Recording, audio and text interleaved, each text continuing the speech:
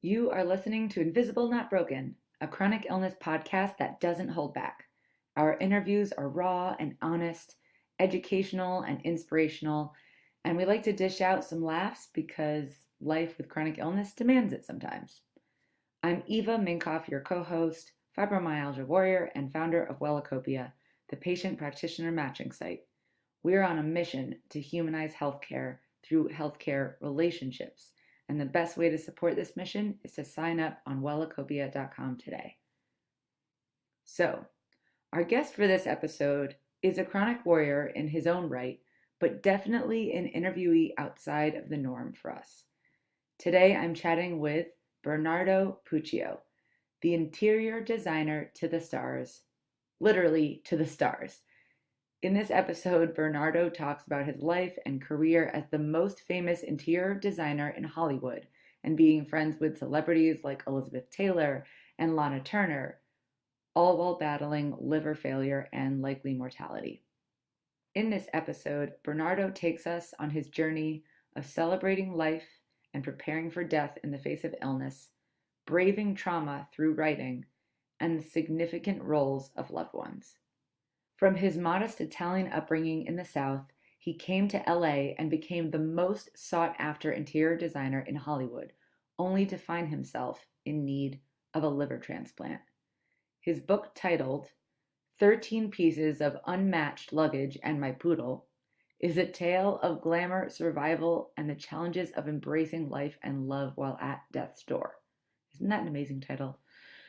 I thoroughly enjoyed our conversation, especially because it wasn't even meant to be a podcast recording. This was our first introduction to each other, and it just took off.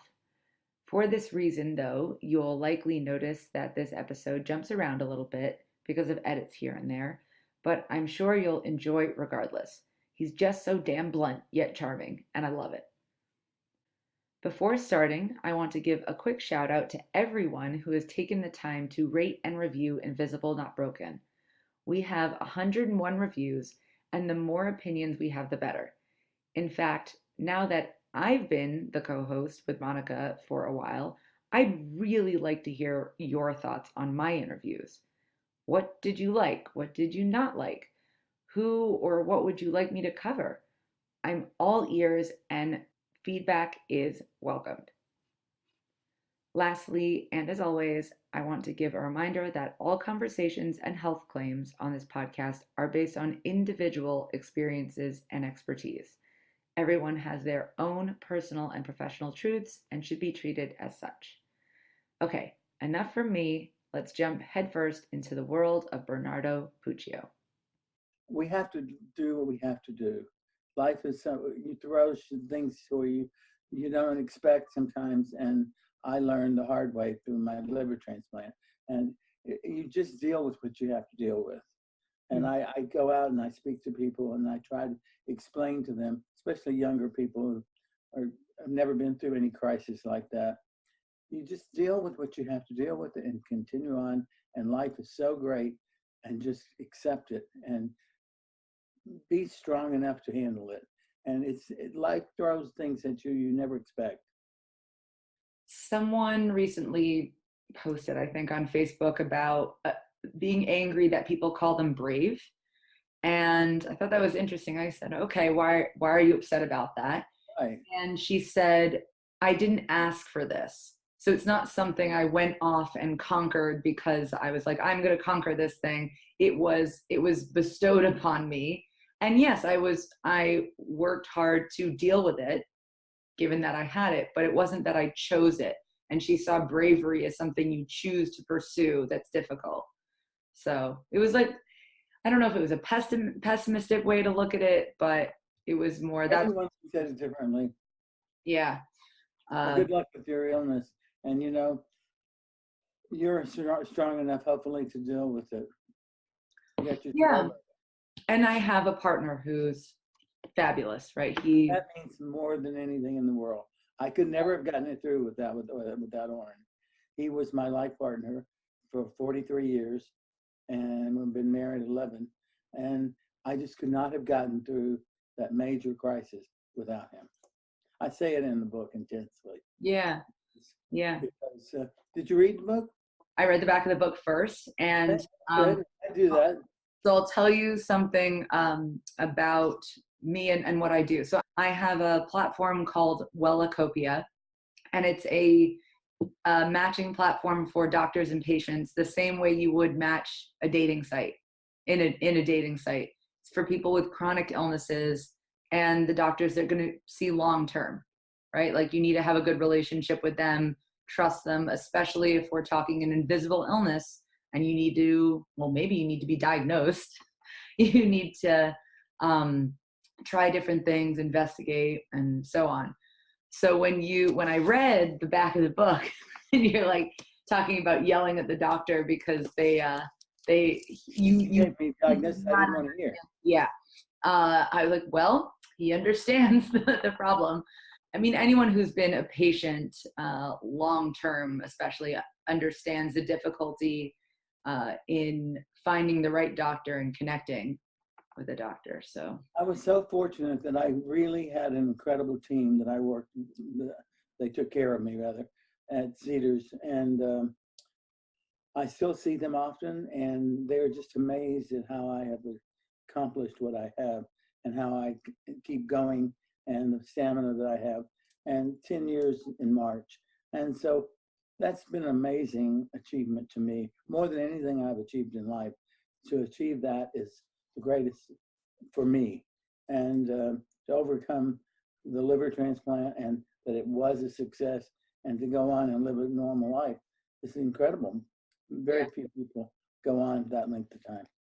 it's very, very true. I'll tell you, the turning point of my entire life was when I realized how sick I was and had been told by several doctors, and I was in complete denial. I did not want to accept the fact that I had cirrhosis of the liver and I was going to die. So I thought that I could fight it, and which you cannot fight something like that. It's like having cancer. It can, eventually can go away or it can disappear, but cirrhosis doesn't go away. And so I thought I had lived an incredible life. I had a great partner. We'd been all over the world. We'd done everything in the world I thought I wanted to do at that time. So I said, I'm not going to have the transplant. And all the doctors said, Bernardo, you won't live unless you have the transplant. And so I woke up one morning and I was 35 pounds heavier. I was yellow as a banana. I was very distorted. I was completely full of poison. And I looked at myself in the mirror and I thought I was going to scream because it was no longer me. And I said to Orrin, I want to go to my gastroenterologist.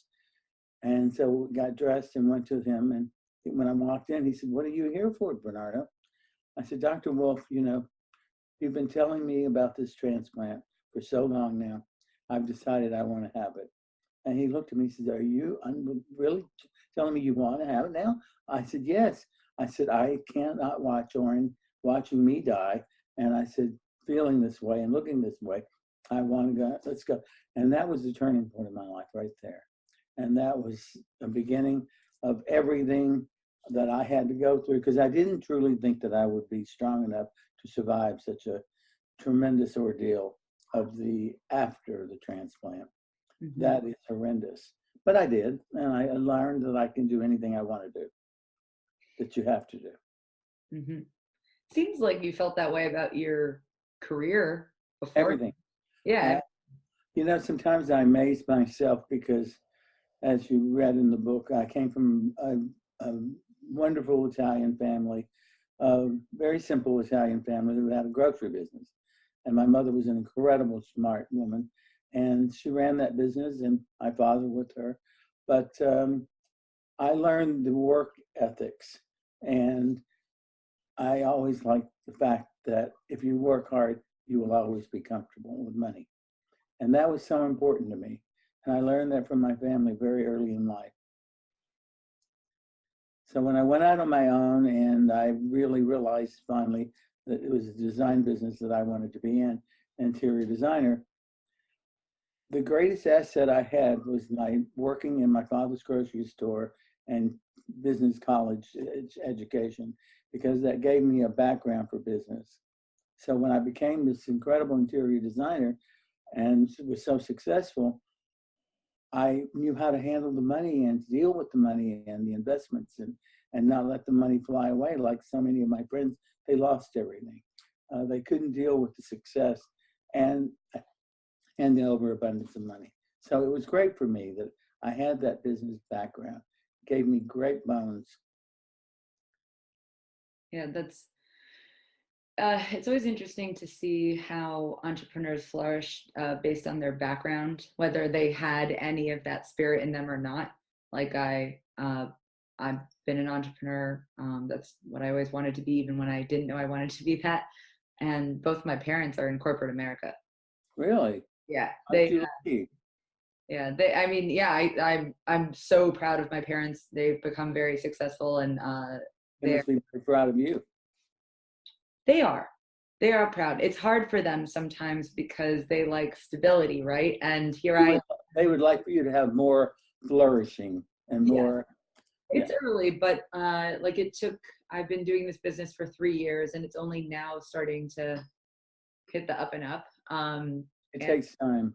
yeah, it does. And I went in really naive, which is good. I wouldn't have done it if I wasn't naive. You know what? Sometimes naive is good. I was naive when I was growing up in left Birmingham, Alabama.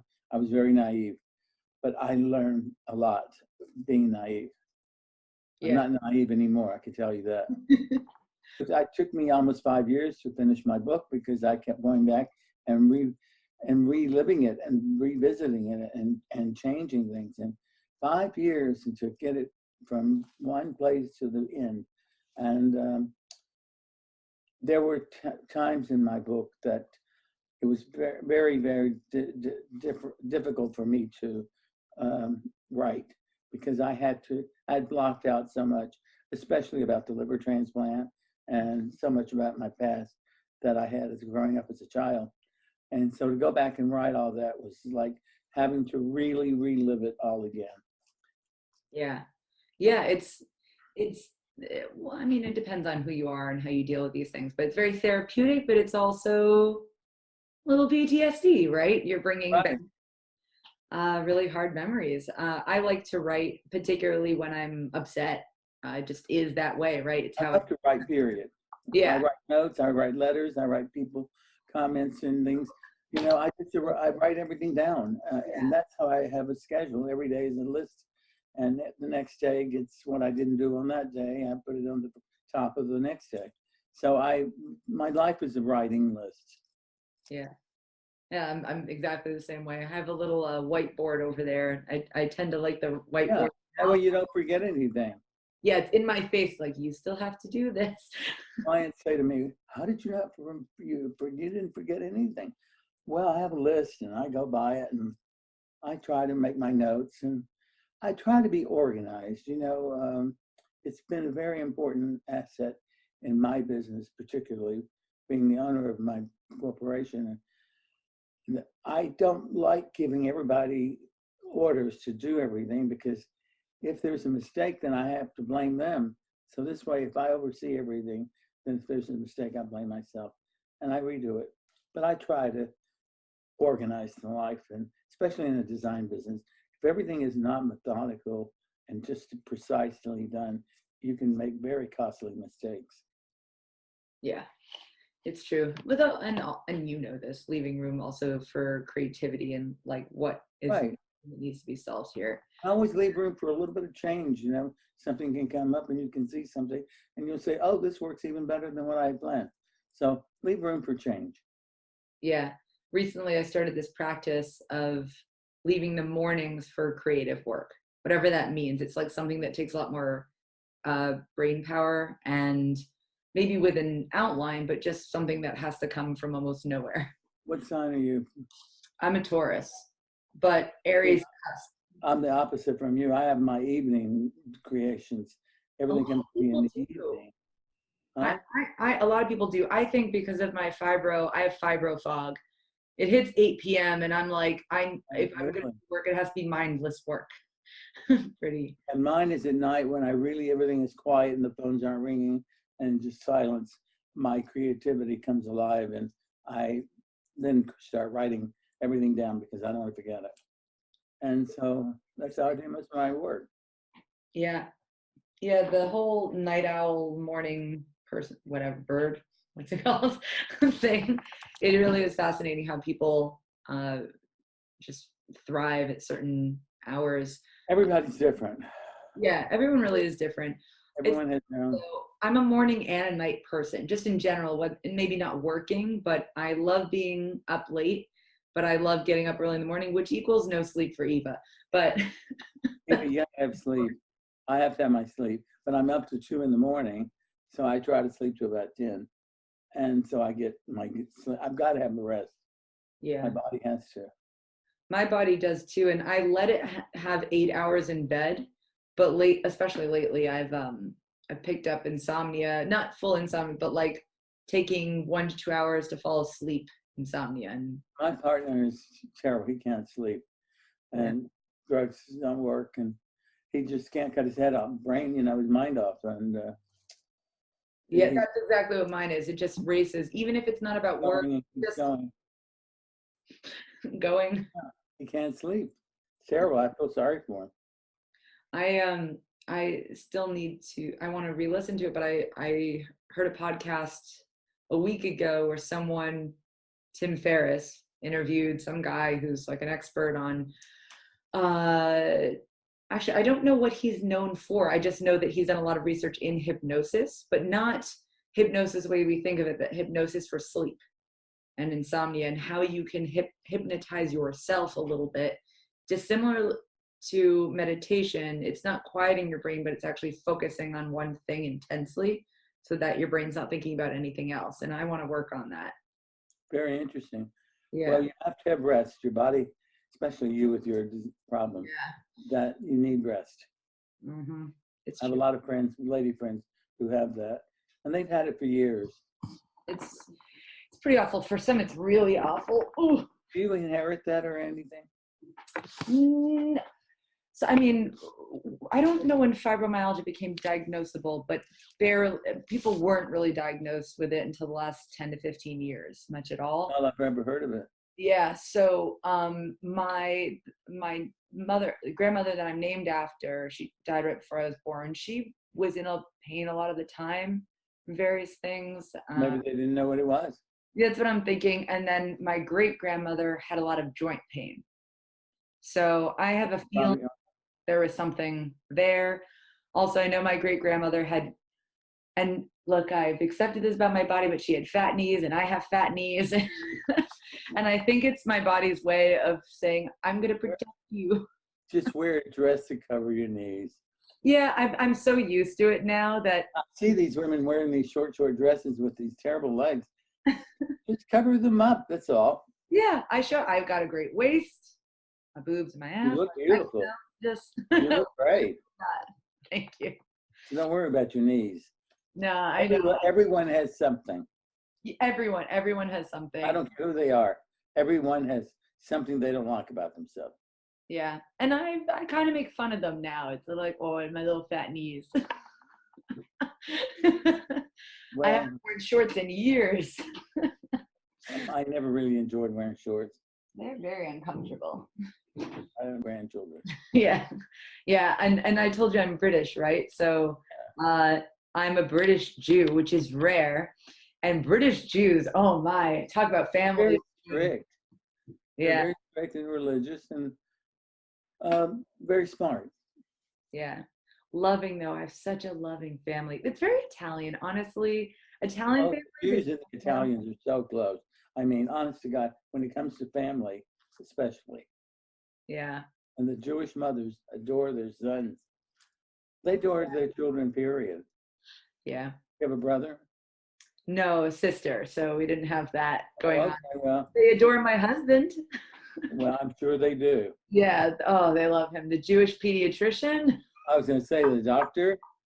I mean, every Jewish family has to have a doctor in the family. Yeah. And we have no doctors anywhere in our family. So my mom Your loves, mother must be ecstatic. she had this joke that it's every Jewish mother's wet dream. That's hysterical. Okay. She's funny. Yeah, but he's How long have you been married? 1/2 years. We got married at the Four Seasons Hotel in Beverly Hills. That Oh, was quite wonderful. spectacular. Wonderful. It Yeah. was really spectacular. I mean, it was just when gay people could get married during a very short period of time. I really, truly did not really want to get married. I didn't think it was necessary, but Orrin wanted to get married. And so I said, okay, I'll get married under two conditions. You don't tell me how much money I can spend, and you really just let me create it myself. And he did. And it was simply spectacular because I knew all my life I wanted a wedding, but here it was happening. And I just, all my clients were, they said, oh my God, the boys are getting married.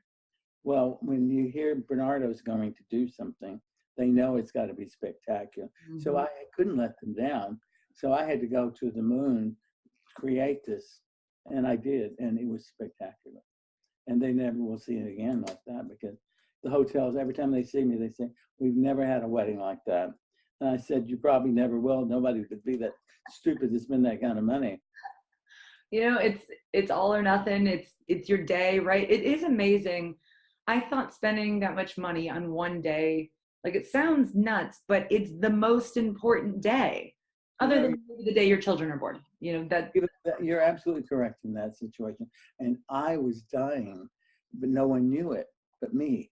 And so I thought, what the hell? Go ahead and spend it and enjoy it and make it spectacular. Well, after I did that, then I had the transplant and then I lived.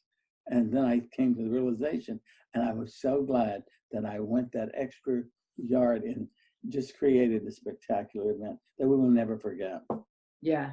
And I lived and, made more money. I find the most important thing, and I found that in writing my book, is to just be honest about everything that you have to talk about.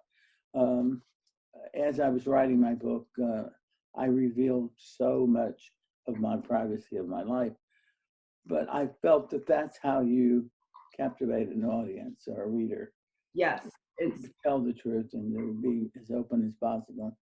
And so that's what I tried to achieve through my whole journey of writing. Vulnerability, I always felt, is the number one way to connect with people, or at least initiate connection. And vulnerability, I feel, is a word that is misused. It's translated into weakness, except that that's not what the word vulnerability means at all. It means admitting basically that you're human. Yeah, it's admitting your mistakes and things that you really, as I say in my book, there's so much I revealed that I never thought I would let it out and discuss it. I thought I would carry those things to my grave, just keep them to myself. And there were a few other things that I left out because I just said, oh, maybe the next book. Stay tuned, everybody. Yeah. So I'm trying to think of the differences of this interview to other interviews, because you're not like our typical, well, first of all, my interviews have often been with practitioners who also have illnesses. That's been like my niche because of my business. And then recently I've been interviewing, if you want to call them influencers in the chronic illness world. Since now it is becoming its own movement, speaking up when you have a chronic illness, which is wonderful. I'm happy about that. And there are a lot of people who are leaders, influencers, what you want to call them. What I like is that you aren't a direct influencer or leader in that community, but you are someone who's been very influential, who has had a chronic illness and who has gone through this and didn't really share much about it until recently. I didn't share it at all until I wrote the book. Yeah. And so many of my friends really did not know the seriousness of everything until after I had the transplant. I kept it very quiet and very secretive, and I'm glad I did. And then afterwards, it would all get out, and people realized why I had built the monument, because there was all this time. I had built the monument before my transplant because I knew it was inevitable. I was going to die, and I wasn't going to have the transplant at that time. And so then after I built the monument, I went around to every cemetery in California, and they had limitations as to what I could do. And I don't work with limitations. And so finally I found the cemetery that would allow me to create what I wanted to create. And so I built this 12-foot Greek and Roman architectural monument that was just breathtaking.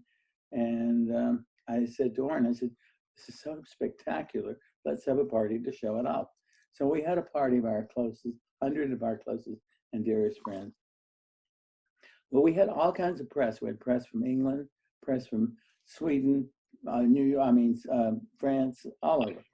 6 countries, I think, came.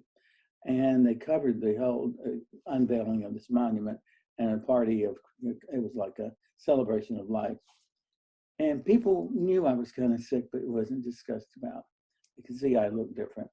And so after that, it hit the papers and it hit the internet, went viral, that this eccentric designer had this party of an unveiling of the monument at the cemetery, and had a celebration of life before he got sick, after he, before my death. Mm-hmm. And so that's how we had a movie made of our life about it, a documentary. Yeah. And so, but if I hadn't built the monument, none of this would have happened. So it's amazing how my mind was so intense, and I felt that I should do something. And of course, when I do something, I try to do the best that I can do. And I put a lot into it. And just from building that monument, the documentary was made. I finally decided to do the book. A lot came from that. And I thank God for giving me the creative mind to be able to do the things that I do. I don't know where the creations come from. Sometimes it amazes me, but I go with it. And when something comes into my head, I sit down and I write it down and I put it in, eventually I put it into real happening. I make it happen. So I've been very blessed with an inner spirit that I have had most all of my life. And when I lost my mother at a very early age, we were so close that I always say I think she's always around me as my guardian angel and protects me and gives me great advice. So I was very blessed to have an unbelievable mother. And I didn't realize it until I wrote this book that she was so influential in getting me prepared for what I had to deal with in my later life. I didn't know it as a child growing up. But as you read the book, you'll find out that she was very, very difficult on making me do certain things and allowing me to do certain things and teaching me how to do things. I had a great mother, a wonderful mother. I pray every day and thank God for her because she really taught me how to be a better person and not to hurt other people because you don't want to be hurt. And it's better to give than to receive. I agree. And that really is such a blessing having a parent like that. I think I have two. I am particularly close with my mother too. I hate to say that I'm a very positive person, but sometimes I'm a morbid person. Maybe it's for preparation purposes. Well, maybe that's because of your illness. Maybe. I mean, I'm not going to die from fibromyalgia, but it's going to be a problem my whole life. Hopefully it doesn't get worse. You have a very long life to live. You deal with what you have to deal with. Yeah. But yeah, the thought of losing my mother, when I think about losing my mother, it was the most devastating part of my life. Yeah. I didn't think that I would be able to make it. And that was one of the reasons I left Birmingham, Alabama. My mother died, I think I was 19. And I lived with my first partner for 5 years in Birmingham, Alabama. He was a television and radio disc jockey, and he had his own radio station and had a TV show. And we lived a rich and famous life. I was very young. We traveled with the Rolling Stones and the Beatles and the Bee Gees. Who's Jim? Is this Jim? Jim. Yeah, my first love was Jim Tabor. He was, as I said, he was originally from Dallas, Texas, and I didn't know he was wealthy when I met him. And he was married to a woman. And the first night he met me, he said to me, "You're the most beautiful man I've ever seen. I'm going to divorce my wife and marry you." I looked at him, I said, "You must be crazy." He says, "No, I'm not." And he was so strong and adamant about what he did and how he did things. And he was so used to always getting his way about doing everything. And he did. He truly swept me off my feet. And my mother died. And so when she passed away, he took over in her place. And he did everything in the world for me. And it was like I became so dependent on him. He was a star and he had all this world, and I was his major accomplishment to him. But I didn't have my accomplishment. I wasn't anybody. So that's when after 5 years, I thought to myself, Bernardo, you don't have your achievement yet. You're just in his limelight. And so I left him, and that was devastating for him. And I moved to California with 13 pieces of unmatched luggage and my poodle. And that's how the book became titled. We had many, many titles, but that's the one that was the most truthful and made a statement. And I hope someday that can be a Broadway play. It would be a great Broadway play name. Wouldn't that be that great with that title? So that's my dream. I may not be alive to see it, but I hope it happens. But so I came out here with absolutely very, very little. But I always said, and people ask me, how did you do it? How did you do this? You're amazing. You're amazing. How did you accomplish all the things that you did? Well, visualization is the first thing. I visualized everything in my life. Everything. Every car, every house, every possession, I visualized having it. And so when I left him and I came to California, that was an enormous, enormous step. Because he had all the money and I left everything, just walked away. And I knew I could go back if I had to or wanted to, but I didn't want to go back. You don't go back. And after that first year, I decided this is it. So I struggled through it. And then, I became a tough guy. I had to. Tough Sicilian man who knew what he wanted and got what he wanted and keeps what he wants. So it's been I've learned through the whole journey of this. I've learned all the ways of meeting people, interesting people. And I was never jealous of other people. I thought that was a great. There were so many people that, they are jealous of success. I'm always happy for other people to have, but I'm not jealous of their success. I think you can do your own. And that's been a great asset in my business because I always tried to be original in every concept that I put together. I never copied other designers. Many, many designers copied me. That's a compliment, but I did not copy other designers. I tried to be original in everything that I've ever done. And it's given me that when people see my work, they know it's me. And they say, oh, that's Bernardo, it's Puccio. They know immediately that I did it. So that was a great accomplishment for me. 75 years old and coming to California, 23 years old. That's been a long, hard road. But I met some incredible people along the way who were really beneficial and gave me great support.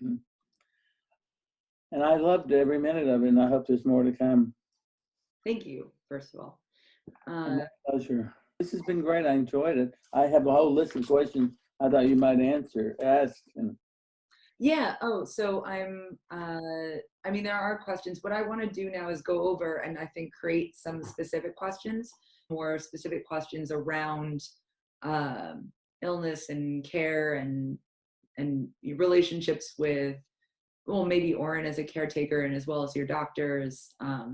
Well, that's a very interesting comment because having a caretaker,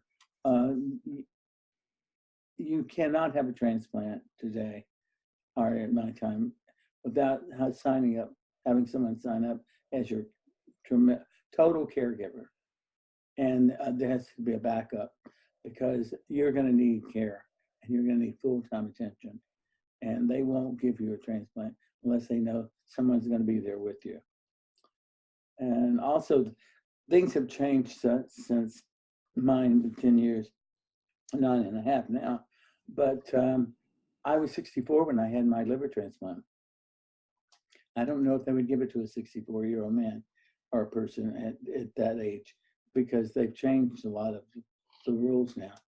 I think they would give it to a younger person. Oh, really? Yeah. My husband would know that. He's a pediatric gastroenterologist. Right. Oh, my friend Dr. Graham Wolf is my gastroenterologist. He is one of my best friends as well, as I said. And so he would know, but I think they have changed the age line. Maybe it's still, but I don't think they'd give it to a 75-year-old person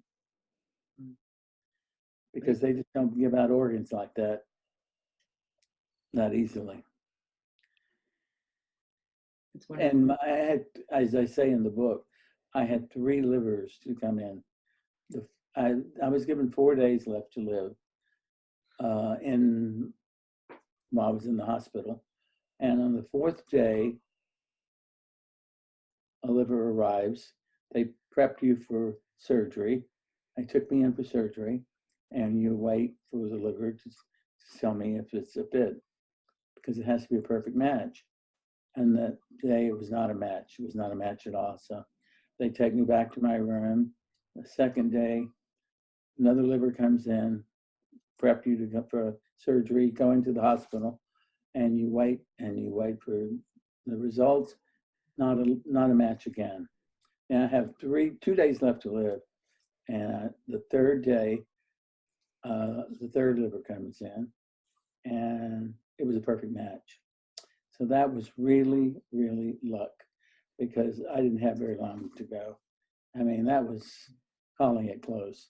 But it was it was a total perfect match, and thank God. And and the recovery was horrendous, as you expect. And I did what I had to do, the pills, 60 pills a day, all the blood work and all the, it was just an unbelievable ordeal. But what was the outcome of to live was worth it. I mean, to be able to live my life, a normal life, and I deal with the situations and the anti-rejection medication. I'm on very, very little now, like 1.5 pill a day. So I've done pretty well on this. But my purpose of my book is so important because it's for younger people, older or younger, it doesn't matter, and who were in such a terrible health situation as I was, and life and death situation. Go ahead and go for the transplant or whatever they're telling you to do. Because what do you have to lose? If you die, you die. But I had the life to come back and enjoy my life. And I have been more productive in the second part of my life than I ever was. I don't think I could have ever done this without that transplant. It sounds almost selfish, but that made me a different person. It gave me a second time around. It gave me a second chance at life. And this time I didn't want to mess it up. So it's been a real knowledgeable adventure for me. Made me a lot smarter, a lot more aware. And I learned from my doctors, and I also learned from the medical people who are all around me, who just, they look at me sometimes, they say, "You're a miracle." I said, "Yeah, I know." So I believe in miracles. I know I'm a miracle. Yeah, and here we are almost 10 years later, right? 10 years in March. And people would never know that I don't think about that as being different. I said sometimes, I think that's what made me, I would never been able to write a book. I would never have been able to make a movie. I would never have been able to do a lot of things. It gave me strength, an inner spirit that I did not have. Made me a lot better person.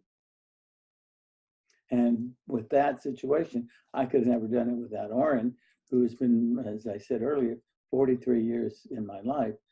And that's, that's a lifetime.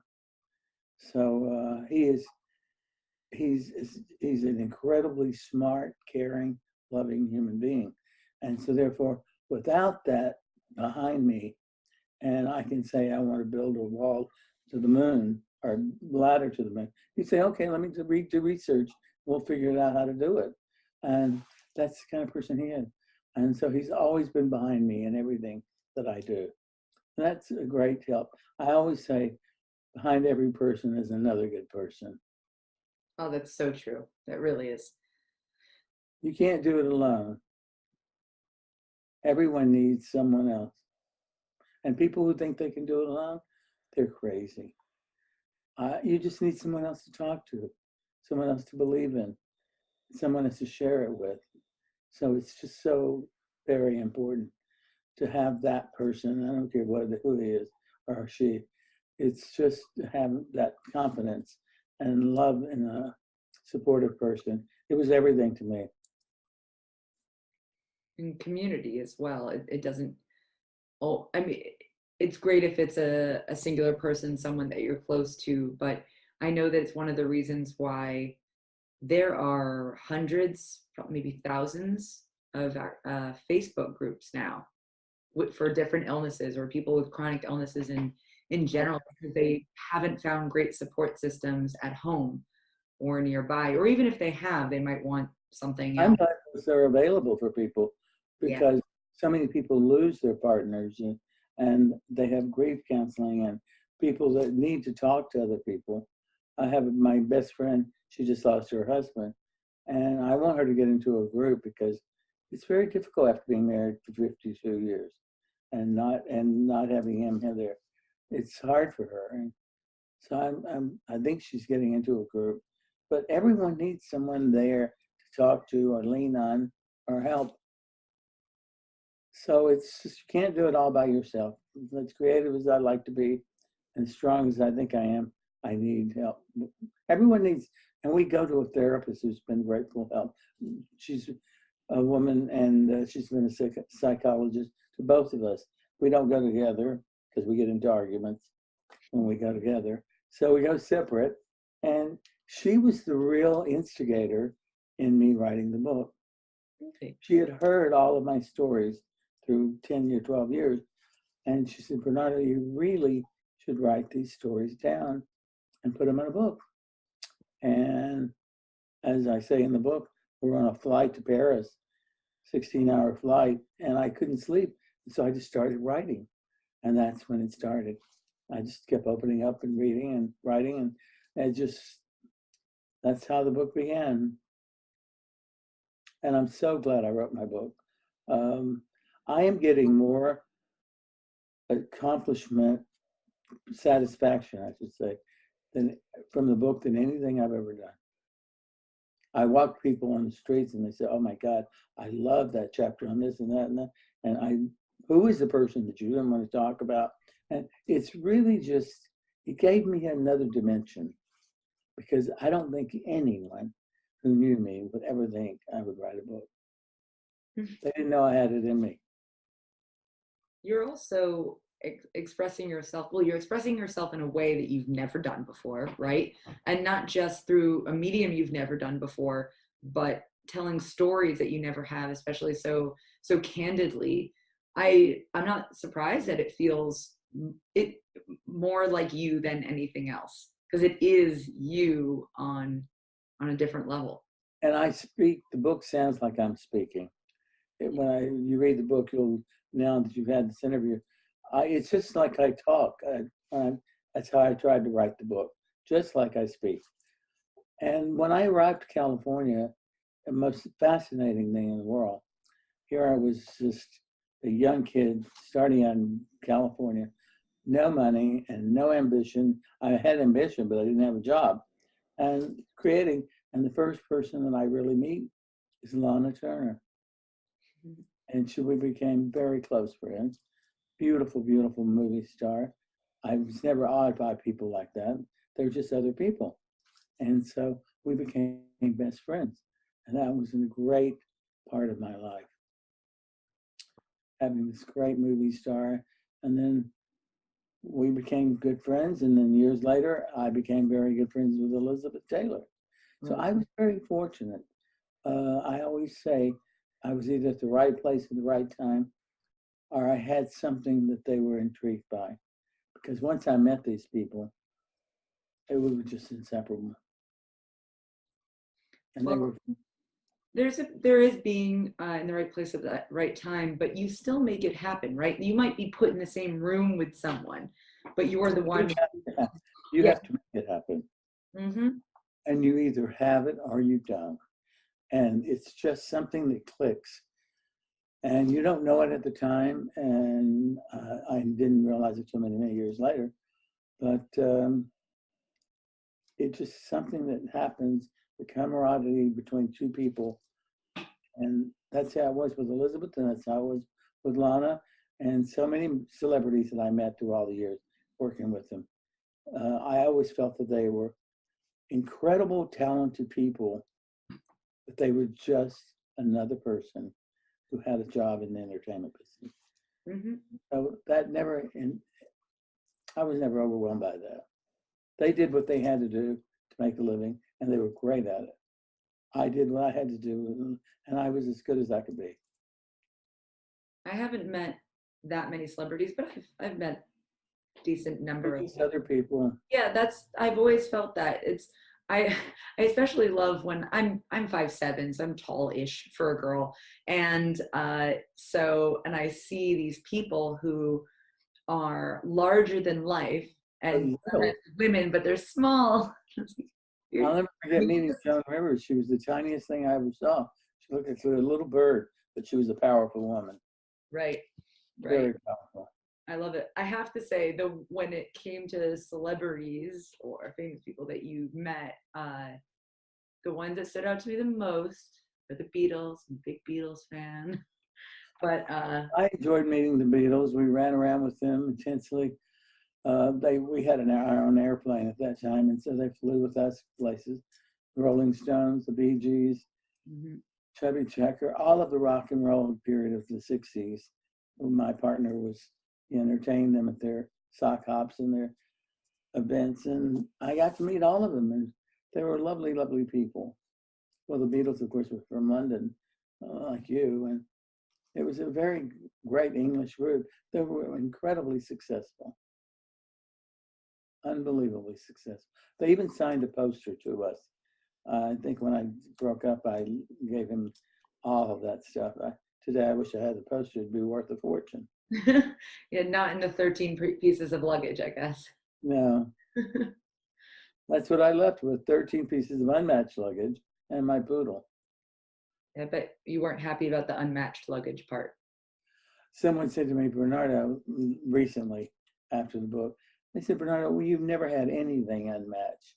I said, well, I had to grab 13 pieces from different people. I didn't have 13 pieces of luggage. So I borrowed from everyone I could borrow luggage from. So it was all unmatched.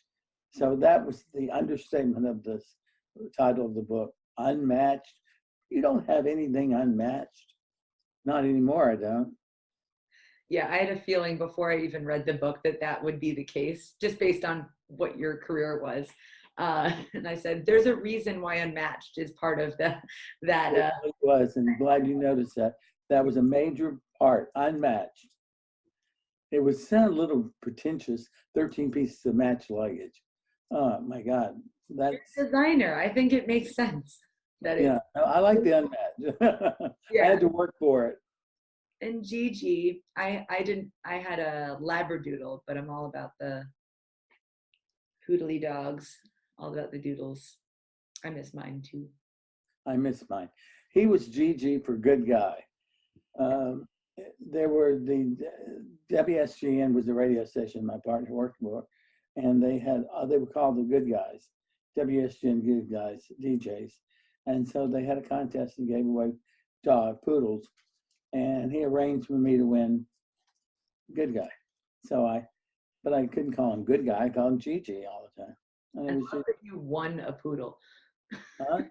I love that you won a poodle. Yeah, he arranged for me to win one of the poodles. I think they gave away 7, and that was the love of our life. That dog, he was truly spoiled rotten.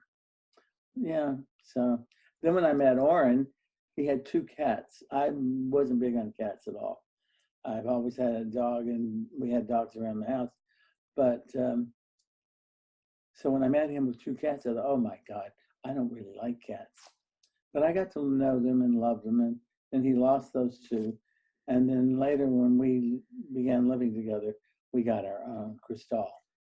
And he was, he's in the book. There's a whole chapter about it. Oh, Oh yeah, I didn't read that chapter, but I White Persian. yeah. He was just spoiled beyond spoiled.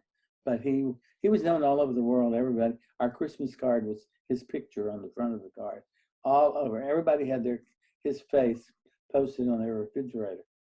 So he was very well known, but he was a beautiful cat. He lived for 18 years.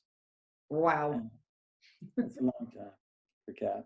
Yeah. Anyway, fascinating life. And as I say, and every time I autograph a book, I hope you enjoy my book. It's been a real ride, and it's not over yet. There's so much I want to do. And that's the kind of spirit everyone should have, regardless of their age. It's not even Right. over. This is Someone said to me the other day, "Are you ever going to retire?" And I said, "I don't think so." I said, "As long as I can see and scream, I don't think I have to retire." You know, I do a lot of screaming. as long as I can see and scream. I love it. See and scream, because two S's. I have to see and I'll scream a lot, because if things aren't done right, they know. Redo it, get it done correct. I strive to be a perfectionist, as close to it as possible, because in this business, nothing's perfect. But you strive to make it as good as possible. And it's clearly gotten you very far. So Yeah, because people know when you're spending the kind of money that they're going to be spending with me, they know that I am going to do the best and create the most finest product that they can enjoy in their lifestyle, because they're going to live there, not me. So I design for my clients. I study everything about them, and that's why I can create an environment that they're going to love. And they'll say to me, "How did you remember this? And how did you think of that?" Oh, you mentioned it along the way. So, as I always say, they're going to live there, not me. it's true. It's very true. But so given that this podcast, again, there's lots of ways you can take it, but knowing that the audience are people with these illnesses, sometimes they are bedridden, sometimes they're like me, sometimes they're invisible, maybe sometimes they're not. The idea of it being called invisible, not broken, doesn't mean that you necessarily have to have an invisible illness. It's rather that your experience is invisible, even if you have psoriasis or you're Right. physically disabled. People don't have to know it. Yeah, I think everyone will love your story regardless of it having to do with like related to I illness. hope so. Yeah, believe Yeah. me, people will be entertained by you. But it's always good to come with a message that you want to bestow upon the audience, something that makes them feel, whether it be hopeful or inspired, or which I mean you would do so well, and also that they can relate to in different ways. Well, I think the most important thing that anyone, he or she, must believe is in yourself. You have to have an inner spirit of yourself and love yourself, because whatever illness you're having,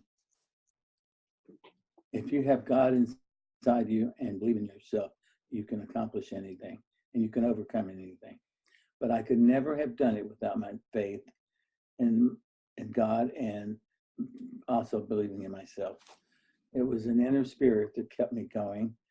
And there were days that I didn't think I'd make it through it, because I eventually was in a wheelchair and I was not able to function and walk. And I never had anyone to care for me, thank God. I was able to take care of myself. But just believe in yourself and your inner spirit and your faith, and have faith in something, whether you're Jewish or Catholic or Buddhist or whatever you are. Just believe in something other than just yourself, and believe that you're going to make it. That was what I strive to tell people when I go to Cedars in the hospital and I talk to people who are sick, because I didn't have anyone to talk to. I didn't have anyone to believe in. So I was pretty much on my own. But when I talk to people who are so sick, you will be better. You will get well. And it's going to be a hard road, but don't give up. And don't give up on your faith. Keep believing that you're going to do it. And there's nothing you can't accomplish if you really want it. I'm trying so hard to accomplish something with this book. And as we start in October, going across the country from New York to Florida to Palm Springs to San Francisco to California, all over, I want to give a message that you can overcome anything if you really believe in yourself. That's the purpose of my book. Thanks for listening to another episode of Invisible, Not Broken. If you haven't already, please take the next 30 seconds to do these 3 things. Hit that subscribe button, tap those pretty purple stars to give us a rating, and share with one spoony friend. Stay tuned for my upcoming episode where I bring back Dr. Boyana Weatherly for a follow-up episode diving deeper into her expertise on self-care through mindfulness and meditation. It's chock full of easily digestible science and practices to take on. So if you're looking to kick off the holiday season with self-care before the resolutions, you definitely want to tune in to that upcoming episode. Also, an important reminder that Wellacopia is calling all chronic illness warriors like you, like us, to join the mission of humanizing healthcare. If having better communication and relationships with your care providers resonates with you, join this movement by signing up and then sharing Wellacopia with a loved one. Even better, a beloved practitioner. Until next time, guys, be kind, be gentle, be badass.